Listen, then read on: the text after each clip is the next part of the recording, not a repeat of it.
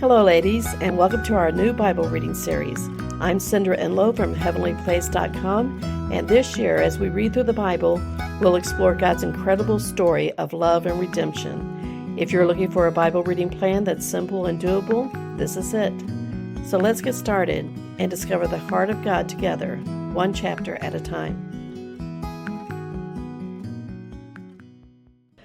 Hello, ladies, and welcome back to our one-year Bible reading plan. This is week 13, day 2, and today's reading is Judges chapters 16 through 18. We'll begin by finishing Samson's story, his story of incredible strength, but today we're going to read the tragic fall as he falls in love with Delilah and ultimately loses everything. Yet even in his final moments, we're going to see that God still uses him to bring judgment on the Philistines, which was his life's purpose. But then the reading shifts a little or a lot, and we get a glimpse into just how far the people of Israel have drifted from God in these readings. We meet a man named Micah who creates his own carved image. He sets up a personal shrine in his house, and he even hires his own priest. On the surface, this may look spiritual. He says he's worshiping the Lord. So is this wrong? Is he wrong for setting this up? And of course he is. He's absolutely wrong. God has clearly commanded his people not to make idols or to worship him in the ways that imitate pagan worship. And even if Micah thought his heart was in the right place, he was still disobeying God's word. And this story reminds us that worship isn't just about good intentions, it's about following God's truth. Just like today, people want to worship God in their own way, in their own place, doing whatever they think is right. Some never even stop to consider what God actually says in his word, because they've never taken the time to look. Instead, they say things like, well, this feels right for me, or I just know God he's not going to judge me because my heart's in the right place, or I'm a good person, so that's all that matters. And, here's another one. God just wants me to be happy. But the truth is, real faith isn't based on our feelings or our opinions. It's based on God's truth. And we can't know the truth unless we're reading his word and letting it shape our lives. And that's why this reading plan is so important. It helps us get into God's word. It shows us the danger of doing what's right in our own eyes instead of seeking what's right in God's eyes. We read over and over that, especially in Judges, it says that the people were doing what was right in their own eyes. God has a special way he wants us to worship him. He gave Israel strict instructions. We've seen in the past readings that God chose a specific place of worship for the Israelites. And although we don't have to offer sacrifices and offerings today, God still wants us to worship him the way he wants to be worshiped, not in temples or with idols. He calls us to worship him in spirit and in truth. That means our worship should come from a sincere heart, and that we should be led by the Holy Spirit and rooted in the truth of his word.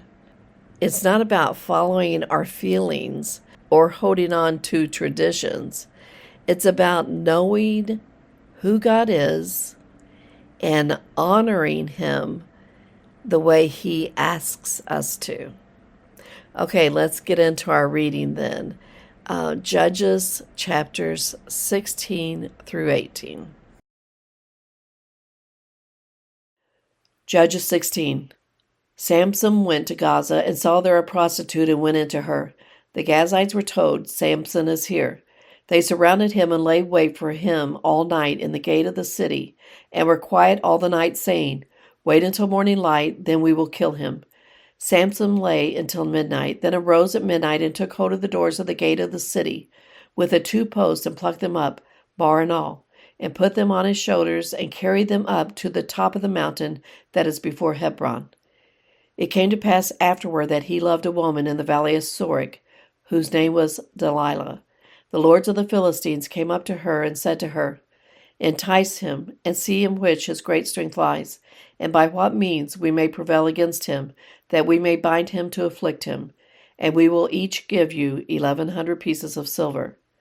Delilah said to Samson, Please tell me where your great strength lies, and what you might be bound to afflict you. Samson said to her, If they bind me with 7 green cords that were never dried, then shall I become weak and be as another man.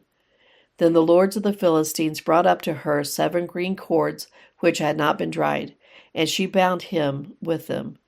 Now she had an ambush waiting in the inner room. She said to him, The Philistines are on you, Samson. He broke the cords as a flax thread is broken when it touches the fire, so his strength was not known. Delilah said to Samson, Behold, you have mocked me and told me lies. Now please tell me how you might be bound. He said to her, If they only bind me with new ropes with which no work has been done, then shall I become weak and be as another man.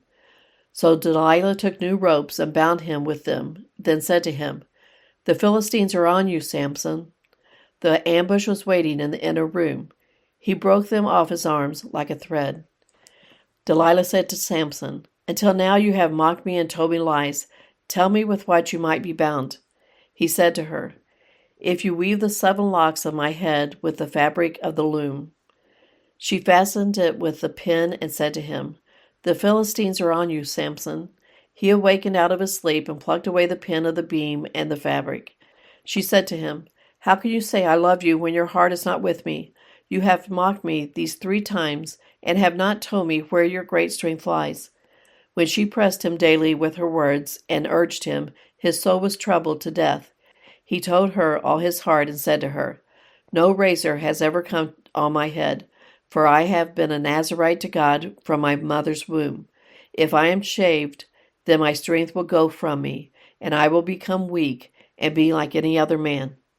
When Delilah saw that he had told her all his heart, she sent and called for the lords of the Philistines, saying, Come up this once, for he has told me all his heart. Then the lords of the Philistines came up to her and brought the money in their hand. She made him sleep on her knees, and she called for a man and shaved off the 7 locks of his head. And she began to afflict him, and his strength went from him. She said, The Philistines are upon you, Samson. He awoke out of his sleep and said, I will go out as at other times and shake myself free. But he didn't know that Yahweh had departed from him. The Philistines laid hold on him and put out his eyes, and they brought him down to Gaza and bound him with fetters of bronze, and he ground at the mill in the prison. However, the hair of his head began to grow again after he was shaved. The lords of the Philistines gathered together to offer a great sacrifice to Dagon their god, and to rejoice, for they said, Our God has delivered Samson, our enemy, into our hand. When the people saw him, they praised their God, for they said, Our God has delivered our enemy and the destroyer of our country, who has slain many of us, into our hand. When their hearts were merry, they said, Call for Samson, that he may entertain us. They called for Samson out of the prison, and he performed before them. They set him between the pillars, and Samson said to the boy who held him by the hand, Allow me to fill the pillars on which the house rests, that I may lean on them. Now the house was full of men and women, and all the lords of the Philistines were there. And there were on the roof about 3,000 men and women who saw while Samson performed. Samson called to Yahweh and said, Lord Yahweh, remember me, please, and strengthen me, please, only this once, God, that I may be at once avenged of the Philistines for my 2 eyes. Samson took hold of the 2 middle pillars on which the house rested and leaned on them, the one with his right hand and the other with his left. Samson said, Let me die with the Philistines. He bowed himself with all his might, and the house fell on the lords and on all the people who were in it. So the dead that he killed at his death were more than those who he killed in his life. Then his brothers and all the house of his father came down and took him, and brought him up and buried him between Zorah and Eshtaol, in the burial site of Manoah his father. He judged Israel 20 years. Judges 17. There was a man of the hill country of Ephraim whose name was Micah. He said to his mother, "The 1,100 pieces of silver that were taken from you, about which you uttered a curse, and also spoke it in my ears, behold, the silver is with me, I took it." His mother said, "May Yahweh bless my son." He restored the 1,100 pieces of silver to his mother. Then his mother said, "I most certainly dedicate the silver to Yahweh from my hand for my son, to make a carved image and a molten image. Now therefore I will restore it to you." When he restored the money to his mother took 200 pieces of silver and gave them to a silversmith, who made a carved image and a molten image out of it. It was in the house of Micah.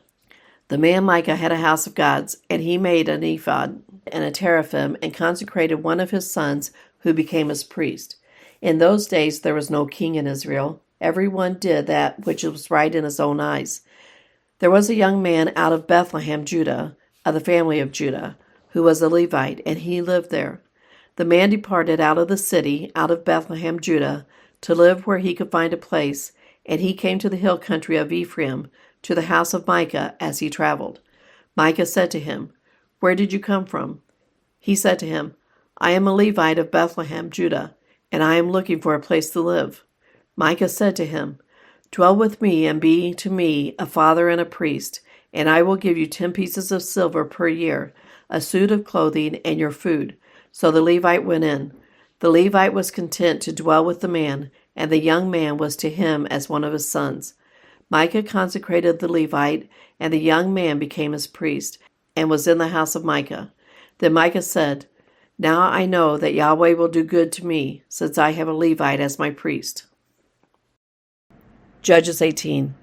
In those days there was no king in Israel. In those days the tribe of the Danites sought an inheritance to dwell in, for to that day their inheritance had not fallen to them among the tribes of Israel. The children of Dan sent 5 men of their family from their whole number, men of valor, from Zorah and from Eshtaol, to spy out the land and to search it. They said to them, "Go explore the land." They came to the hill country of Ephraim, to the house of Micah, and lodged there. When they were by the house of Micah, they knew the voice of the young man the Levite. So they went over there and said to him, "Who brought you here? What do you do in this place? What do you have here?" He said to them, "Thus and thus has Micah dealt with me, and he has hired me, and I have become his priest." They said to him, "Please ask counsel of God, that we may know whether our way which we go shall be prosperous." The priest said to them, "Go in peace, your way in which you go is before Yahweh." Then the 5 men departed and came to Laish, and saw the people who were there, how they lived in safety in the way of the Sidonians, quiet and secure. For there was no one in the land possessing authority that might put them to shame in anything, and they were far from the Sidonians and had no dealings with anyone else. They came to their brothers at Zorah and Eshtaol, and their brothers asked them, "What do you say?" They said, "Arise, and let's go up against them, for we have seen the land, and behold, it is very good. Do you stand still? Don't be slothful to go, and to enter in to possess the land. When you go, you will come to an unsuspecting people, and the land is large, for God has given it into your hand, a place where there is no lack of anything that is in the earth." The family of the Danites set out from Zorah and Eshtaol, with 600 men armed with weapons of war. They went up and encamped at Kiriath Jearim in Judah. Therefore they call that place Mahana Dan to this day. Behold, it is behind Kiriath Jearim. They passed from there to the hill country of Ephraim, and came to the house of Micah. Then the 5 men who went to spy out the country of Laish answered and said to their brothers, "Do you know that there is in these houses an ephod and a teraphim, and a carved image and a molten image? Now therefore consider what you have to do." They went over there and came to the house of the young Levite man, even to the house of Micah, and asked him how he was doing. The 600 men, armed with their weapons of war, who were of the children of Dan, stood by the entrance of the gate. The 5 men who went to spy out the land went up, and came in there, and took the engraved image, and ephod, and teraphim, and the molten image. And the priest stood by the entrance of the gate with 600 men armed with weapons of war. When these went into Micah's house and took the engraved image, the ephod, the teraphim, and the molten image, the priest said to them, "What are you doing?" They said to him, "Hold your peace, put your hand on your mouth, and go with us. Be a father and a priest to us. Is it better for you to be a priest to the house of one man, or to be priest to a tribe and family in Israel?" The priest's heart was glad, and he took the ephod, the teraphim, and the engraved image, and went with the people. So they turned and departed, and put the little ones, the livestock, and the goods before them. When they were a good way from the house of Micah, the men who were in the houses near Micah's house gathered together and overtook the children of Dan. As they called to the children of Dan, they turned their faces and said to Micah, "What ails you that you come with such a company?" He said, "You have taken away my gods which I made, and the priests, and have gone away. What more do I have? How can you ask me what ails you?" The children of Dan said to him, "Don't let your voice be heard among us, lest angry fellows fall on you, and you lose your life, with the lives of your household." The children of Dan went their way, and when Micah saw that they were too strong for him, he turned and went back to his house. They took that which Micah had made, and the priest whom he had, and came to Laish, to a people quiet and unsuspecting, and struck them with the edge of the sword. Then they burned the city with fire. There was no deliverer, because it was far from Sidon, and they had no dealings with anyone else, and it was in the valley that lies by Beth Rohab. They built the city and lived in it. They called the name of the city Dan, after the name of Dan their father, who was born to Israel. However, the name of the city used to be Laish. The children of Dan set up for themselves the engraved image, and Jonathan the son of Gershom, the son of Moses, and his sons were priests to the tribe of the Danites, until the day of the captivity of the land.